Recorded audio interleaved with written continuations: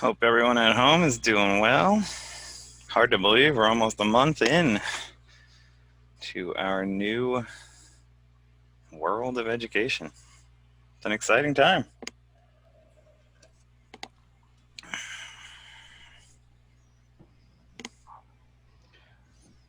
All right, we just wanted to say good evening again.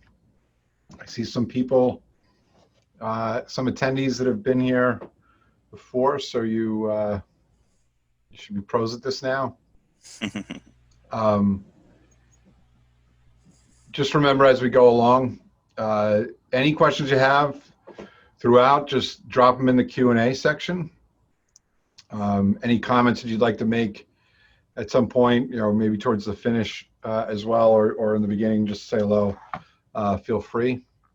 We completely appreciate everyone coming out to join us for this. We're excited about all of these applications that we've invested in, and that we've also spent time in preparing ourselves to use with the children in our classes. So EdPuzzle, I'm not going to steal too much of Mr. Perez's thunder here, but EdPuzzle is another one of those applications that we chose to sign on with because we didn't want to have a passive approach to education. We wanted the ability to not have a child just watch a video and then respond afterwards, but respond while they were watching a video. So we completely understand that attention span is a challenge in and of itself, but especially when we're online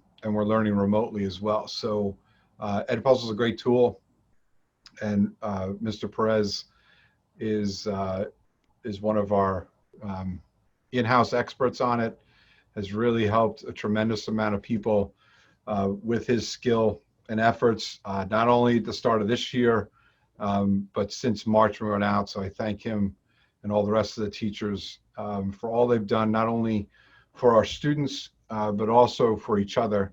They've been a great support for every single person throughout the district throughout last March. So again, welcome. We'll get started. This will be the last in our series of specific applications that we present tonight. Next Tuesday is our Hampton-based librarian, Vicki, will jump on with us and talk about some online tutoring services that are available in both English and Spanish for free. And she'll also talk to you about how to access materials remotely from the library, which is going to be a very informative session.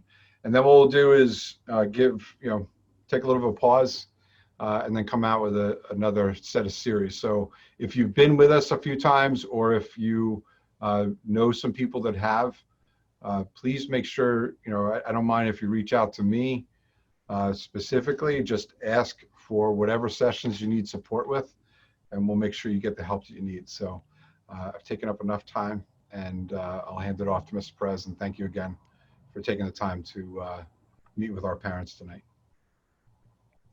Thank you, Mr. Carlson. That was an incredibly kind introduction. I think we're all experts in this together because we help one another. And I am a big time believer that what we do in our schools is only effective if it's reinforced and built upon at home, wherever home may be or whatever that situation looks like. It's a two-way street. So I think it's super important that our parents are involved to this level, that they do understand the technology. So not only that they can help their kids at home if they run into issues, but I think, like, to use a cliche, when you know how the sausage is made, it makes it a little bit easier to understand what's going on and how we reach the outcomes that we do. So let's jump into it. Let me screen share here. Thank you all for coming out. This is the one I want to start with. So the teacher side of things, speaking of the sausage being made, I know many of you have been to these previously, and we've been through Google Classroom with all of you before. I figured it doesn't hurt, especially because EdPuzzle is one of our many methods of assigning work, homework, or classwork to review some of those basic features. We have here, the upcoming assignments. This is, again, the teacher side of things. Maybe it'd be better to flip that to the student side of things. So here is our student that we are all familiar with by now, Mr. Alan Turing. And when they enter into their Google Classroom screen, either by typing into the URL or using what I've affectionately heard called the Google Pancake or Google Waffle up here in the top corner, everybody's got their own name for it. This is the screen they come to. And here, EdPuzzle 101, our class for today, you'll see what is coming up. So you can do that in two different ways. You can see it in the to-do list, where Google will, as it's named, list the assignments that are coming up for your students. But as we saw previously, Alan sometimes struggles to get things done. And here we see a missing assignment. Now, I guarantee you most of your teachers will be flexible with your students in turning in late work. Again, it's a two-way street. Just communicate with us. I believe that as long as the work is done, it's good work. So yeah, that's that. And then done. Well, we have nothing done there except for Mr. Garofola's classes here in Google Classroom 101. Another way to see what's coming up and what's going on, I don't know if this has gone over yet, but I do enjoy the Google Calendar because it gives you a wider view of what's happening. If there were other assignments here from other classes, you would see them listed there in their respective colors. And they can go through that and see for the weeks that are coming and what might be coming up. I think that's a nifty little feature worth pointing out. Hello. Those of you joining us, thank you for joining.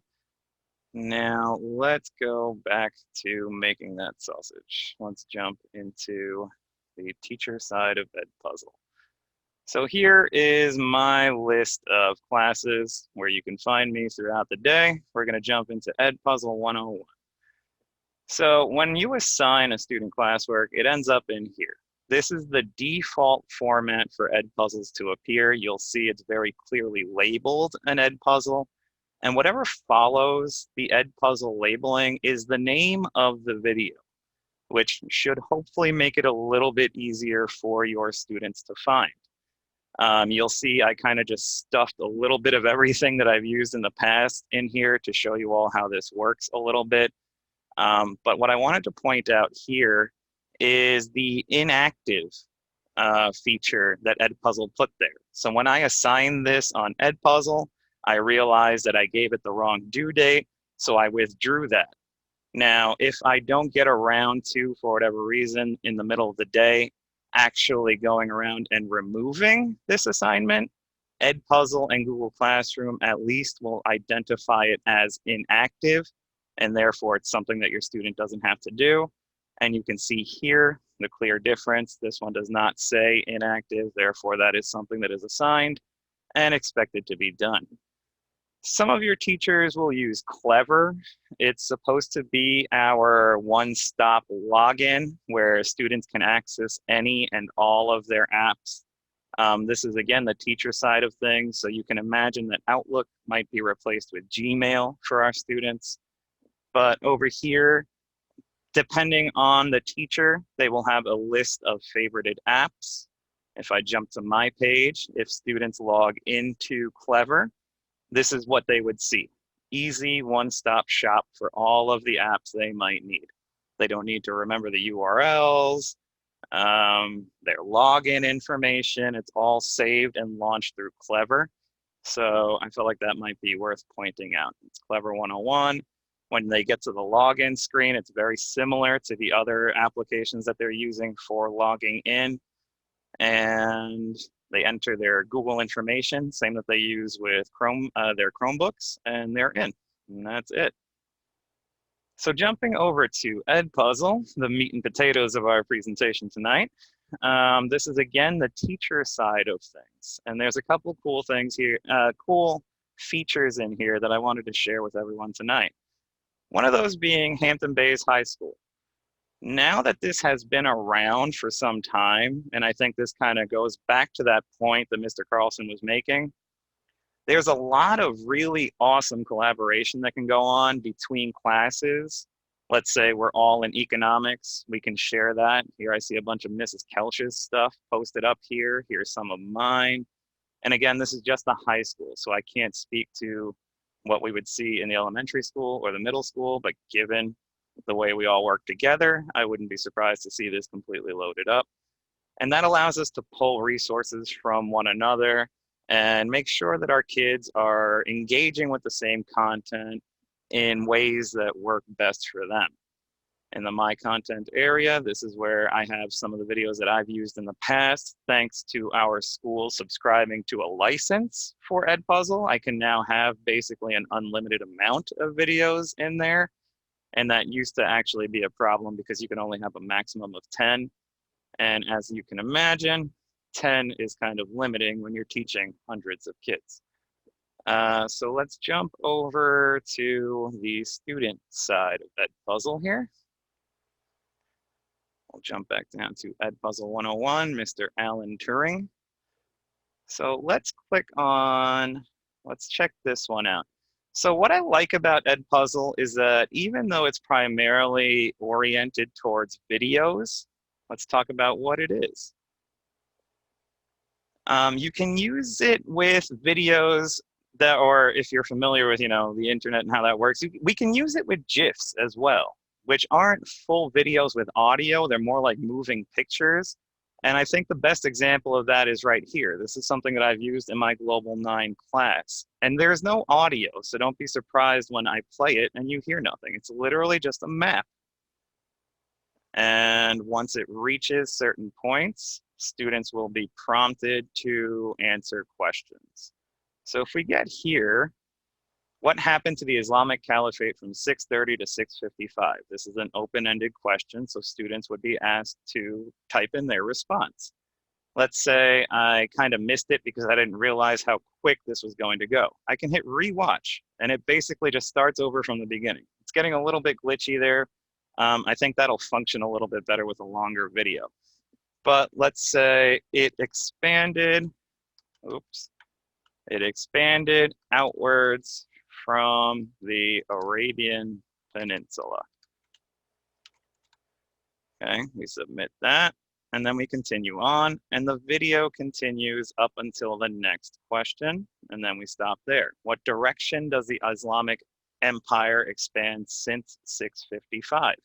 Now, I'm going to confess right here, I wasn't watching the video because I was trying to pay attention to the video bar moving and speaking to all of you. So I'm going to hit rewatch because I missed it. Okay, so I see it expanding further into North Africa and a little bit into Southwest Asia. It expanded into North Africa and some parts of Southwest Asia. Submit. Continue. I chose this one because there are just 4 questions. I want you to see how this works on the teacher side of things when I go to grade it. Describe where the Islamic Caliphate has expanded to by this point. More of North Africa and Spain. Wow, I didn't know that. How might the Roman Catholic Church respond to such expansion of the Islamic Caliphate? Well, this would have fallen in a unit where we talk about growing religious tensions, the birth of Islam, the conflict over what both religions considered the Holy Land.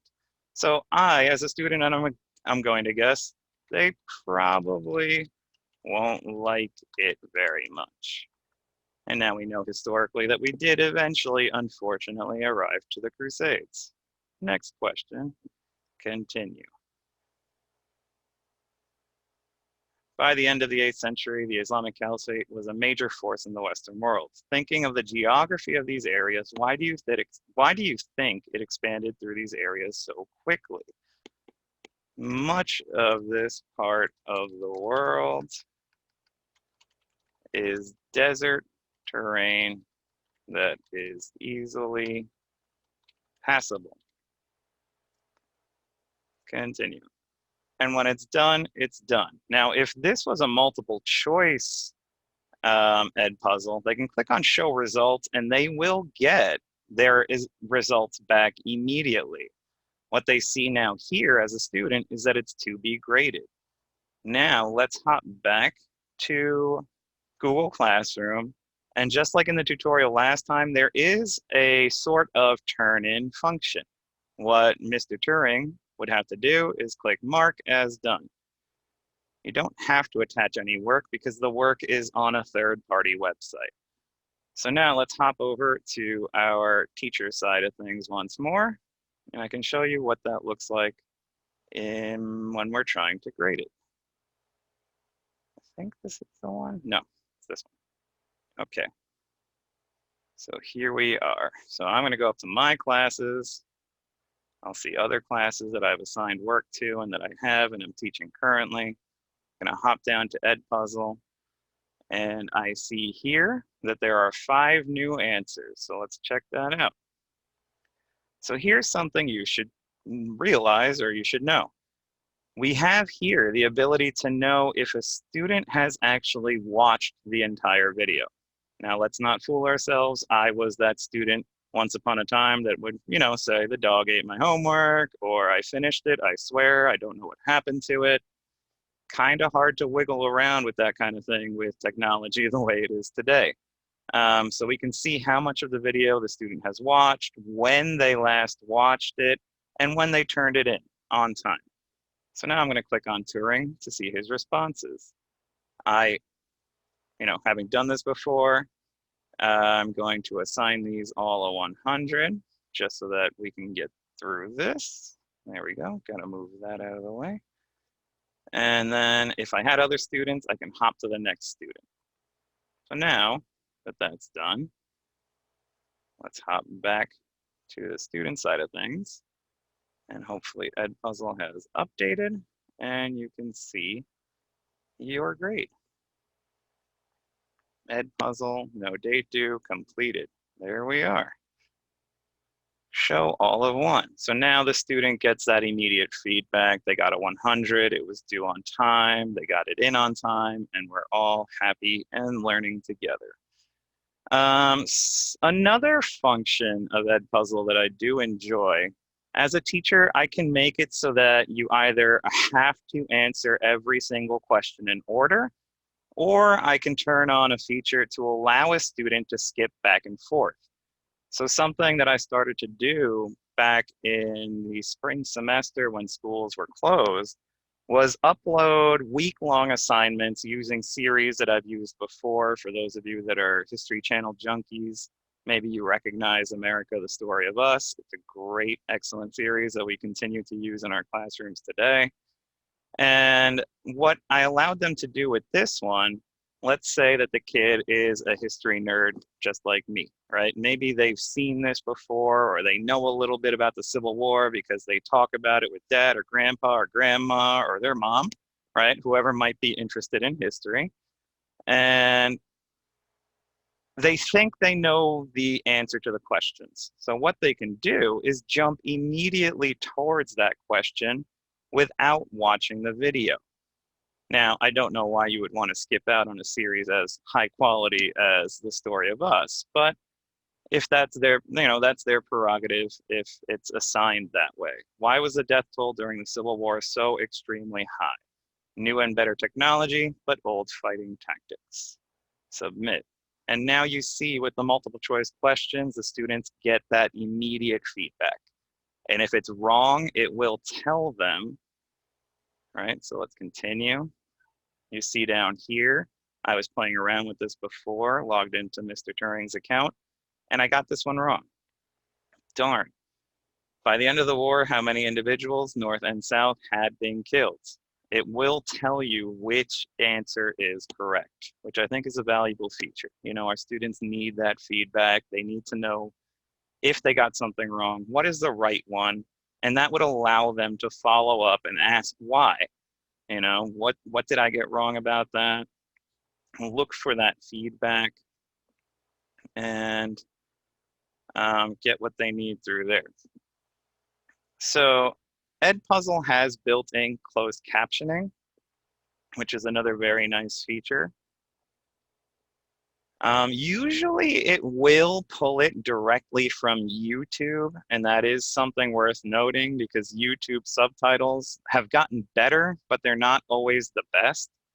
So I wouldn't entirely depend on them, but if you need them, they're there. The subtitle situation gets even stickier when we're talking about other languages, which I'm sure you may have noticed. If you have not, I'll jump back to that screen. I do have a whole bunch of videos in the Spanish language because I am the bilingual social studies teacher in the high school, which I think is an amazing feature of this program. It allows me to look for videos, not just from YouTube, but as you can see here on the side, Khan Academy, National Geographic, TED Talks, which I use all the time with my government kids, my senior students, Crash Course, which I know is very popular for the AP classes because it packs in a ton of information in little 10 to 15-minute segments.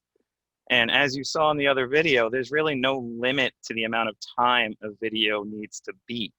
So that previous video on the Civil War I was sharing with all of you was 45 minutes. It's a full feature-length episode from the History Channel. Or you can work with something like I showed you previously with the Islamic Caliphate that's literally 12 seconds, right? And it's more of a GIF and a map than it is really a video. Let's see. I believe that is the most of it. Oh, there is the live feature. This is something that only recently came out. Let me see if I can find an example of that. I know some of my colleagues have been toying with it. It's been a little finicky so far. Like you see, not all of them have the live feature. I haven't quite figured out. Let's see here. I believe this one had the live feature. No, it needs to be assigned. So let's do that. My classes, EdPuzzle 101. The atomic bomb, right. So here we are. You see again, I watched earlier just 10% of the video. This will also, again, tell me how long ago I watched that. And when a teacher assigns an EdPuzzle to a class, they can use the Go Live feature. This is something that is relatively new to EdPuzzle, and it would allow us to, as the name implies, use EdPuzzle features live and in the classroom. So we can all be watching a video at the same time, and instead of in the past where we watch the video and then respond to questions, and then possibly have to jump back into the video with the DVD and select the scenes that you need, or if you're, I remember VHS tapes in high school. This lets us do it all live with our students right there. And it's been somewhat troublesome. I think they're working out the kinks. I know Nearpod has a similar feature where you can embed videos and interact with it live with our students. But other than that, those are the basic functions of EdPuzzle and how it interacts with Google Classroom. Let me jump back here to this one. I don't know that I have much else to provide on that. I'm trying to stretch my brain to think if I missed anything else on EdPuzzle. As you saw, the question format could take the form of multiple choice, long answer. Let's see here. As you can see, this one's loaded up with multiple choice. Yeah, I think that's it. Let me see, do we have any questions in the Q&A? I hope that was clear enough for everyone. I apologize if I jumped around a bit. It's my first rodeo giving a parent-teacher tutorial of this sort. But again, I appreciate everyone coming and participating in the success of their students. I think that's incredibly important. You'll see here, just like in Google Classroom, we have the due date, the time, all of those things, all those basics, those necessities. Thanks so much, Mr. Perez. If there are any questions, if you want to just put in the Q&A. We'd love to hear if there's anything that needs to be, clarified. And again, I work with all sorts of other programs. I'm using Nearpod almost daily in the classroom. I mean, I'd be happy to take questions on any of this stuff. Google Classroom.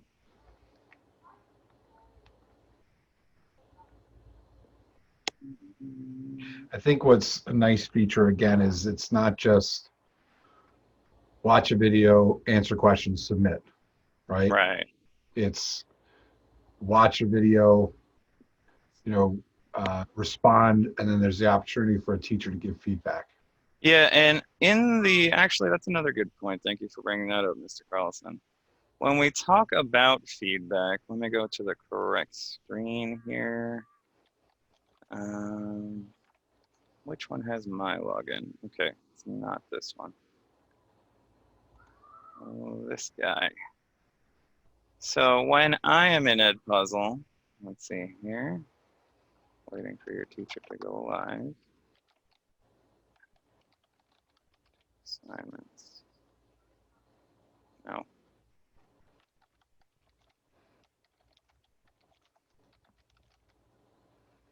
Here we are. Apologies for that. Thank you, everyone. EdPuzzle, exit live. Okay. When we are giving feedback, especially on the written portions of this, when I click on here, I can leave them comments. So let's say that Alan did get one of these questions incorrect. I can explain to them there, actually they expanded in this direction, or that's not Southwest Asia, that's Southeast Asia. But I felt like that was worth mentioning right there, that not only can I give students feedback in the form of a grade, but we can give them feedback in the form of written feedback, something they can actually internalize and use in the future. And those comments stay there. So whenever your student logs back into EdPuzzle, let's say they want to use this for a review, for a quiz or a test, that feedback will be there for them, something that they can refer to down the line. What I also wanted to mention was if I could just steal the screen sharing. Oh, yeah, absolutely. Let's see if um,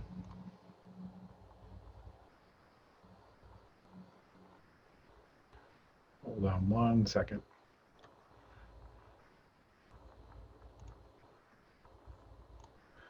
We did launch a new website last night. And let me share my screen.